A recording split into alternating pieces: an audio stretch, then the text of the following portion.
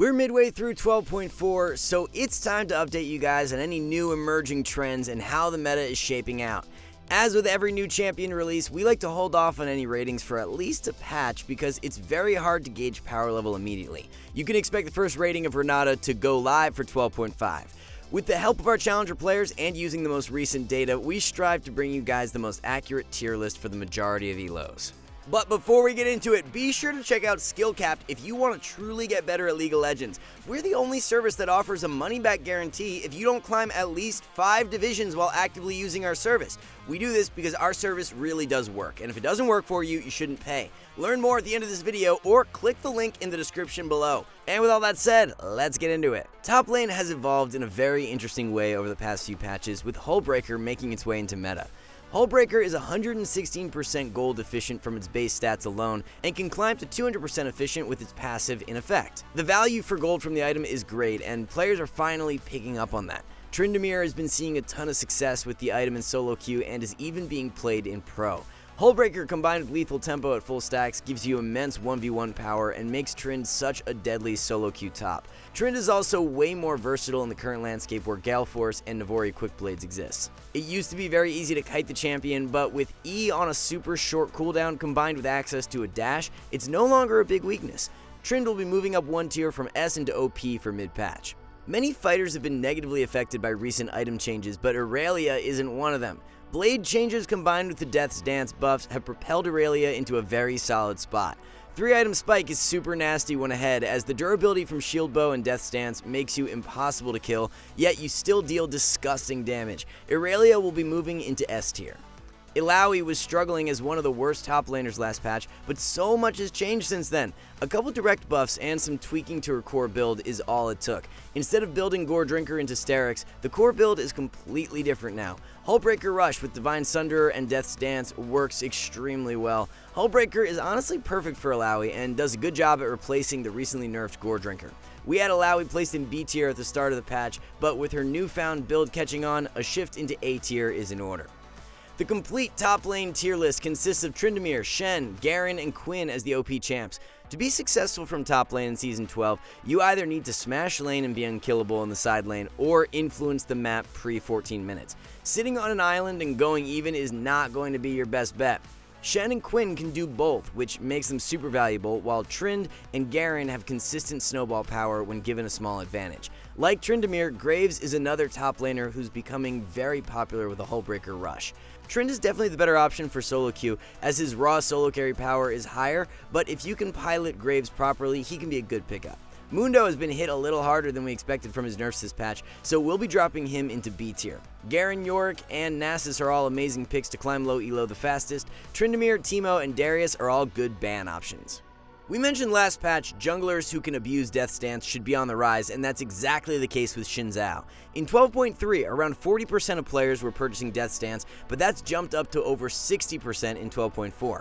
If for some reason you're still building Sterix's second item on Xin, don't make that mistake any longer. Gore into Death's Dance and Ma is a really great core build. Xin is one of the best solo queue junglers this patch, as he's a great S tier pick. For an update on Nunu after his 12.4 nerf, he's landed about where we expected. Nunu is no longer the standalone best solo queue jungler, but he's without a doubt a top 5 pick still. No jungler does it better than Nunu when it comes to snowballing his team and transitioning that advantage into easy dragons for a sole win condition. Gank power from W is extremely broken because you charge in so quickly and make it so that shallow wards are useless. Healing from Q being lowered on champions by a small margin doesn't take away from the core strengths of Nunu, so he remains in OP tier. Nunu, Diana, and Kha'Zix are our 3 most broken jungle recommendations for the patch. Hecarim and Xin Zhao trail right in behind, and you could argue a spot for them in OP tier as well. There's just so many strong solo queue jungle options at the moment. Rammus is one of the most underrated junglers right now, especially for the lower elos, so he's a good pocket pick to have available when enemy teams lock heavy AD. Chemtank Volley jungle is also quite undervalued at the moment, ever since his direct buffs from 12.2. Warwick, Rammus, and Nunu are 3 of the best junglers to climb low elo. Xin Zhao, Diana, and Hecarim are a couple good bans to consider.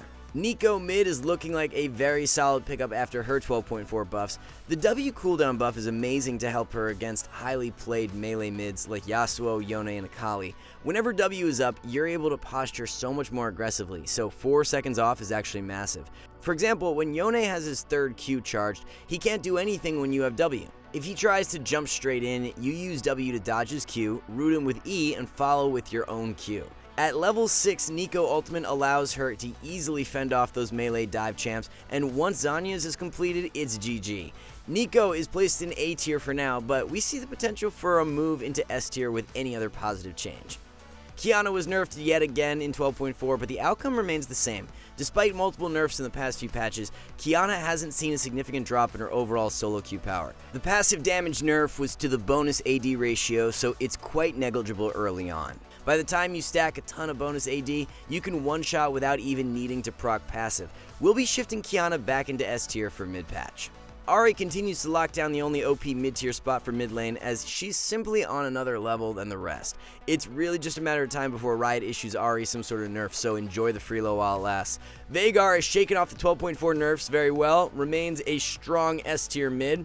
Zeri mid has been seeing a decent amount of play by pros in solo queue, but after her 12.4 nerfs, we'd advise staying away as a mid pick. Highest priority mid laners to climb low elo are Veigar, Malz, and Annie. Victor, Caston, and Ahri are all good mid lane bans. Zeri is no longer the OP ADC due to her 12.4 nerfs, but she's still better than the majority of marksmen. Zeri saw a Q change in which burst fires, critical strikes, now also multiply its base damage. As a result, a new crit build has been popping up, which revolves around an Essence Reaver rush into Shield Bow 2nd and Hurricane 3rd. On-hit build remains equally as strong, so it really comes down to preference as to which you choose. If you've been enjoying Zeri, no need to drop her from your champion pool, as she's still a strong S-tier pickup. As we mentioned in our pre-patch tier list, Xayah would likely shift over to building crit exclusively for 12.4, and that's panned out so far. The E-buffs have given the Gale Force into Essence Reaver build an added jolt, and has left lethality on the back burner. As long as you're building crit, Xayah's power level is the best it's been in months, as she slots into A tier. The top dogs down in bot lane haven't changed much as of recent, with Jhin, Jinx, Vayne, and Veigar as the most valuable champions to climb with in ranked. Although we initially moved Veigar into S tier for our pre-patch tier list, the nerfs have affected him lesser than expected, so we're adjusting Vague back into OP. Vague and Ziggs are both insanely strong and undervalued bot lane carries, so you should have available when your team needs magic damage. Lucian Q mana buff has had a greater impact than expected, so we'll be shifting him into A tier for mid-patch. Nami buffed and being a support commonly played with Lucian is another positive for him in 12.4.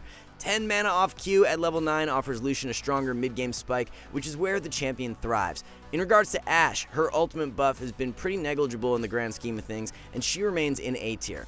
OP low elo picks for bot lane include Veigar, Misfortune, and Ziggs. Vayne, Zeri, and Jinx are a few good ban options.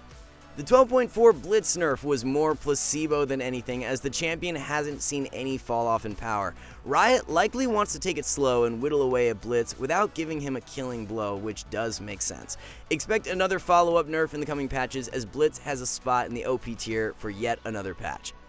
12.4 is mainly focused around top lane and ADC, so the meta for support hasn't changed at all. Of course, Renata has now been released, but as we mentioned in the intro, we'll be waiting until 12.5 to rank her so we can be as accurate as possible. So we've still got Senna, Janna, Blitz, and Soraka as the premier carry options. Other than Blitz, Nami was the one other support who was changed and is slotted back into S tier very nicely. With Lucian fresh off his buffs, duoing up and playing Nami with Lucian is a great synergy for 12.4. Continue abusing the Enchanter meta while it lasts, as Sona, Soraka, Janna, Nami, and Lulu are easy elo for the time being.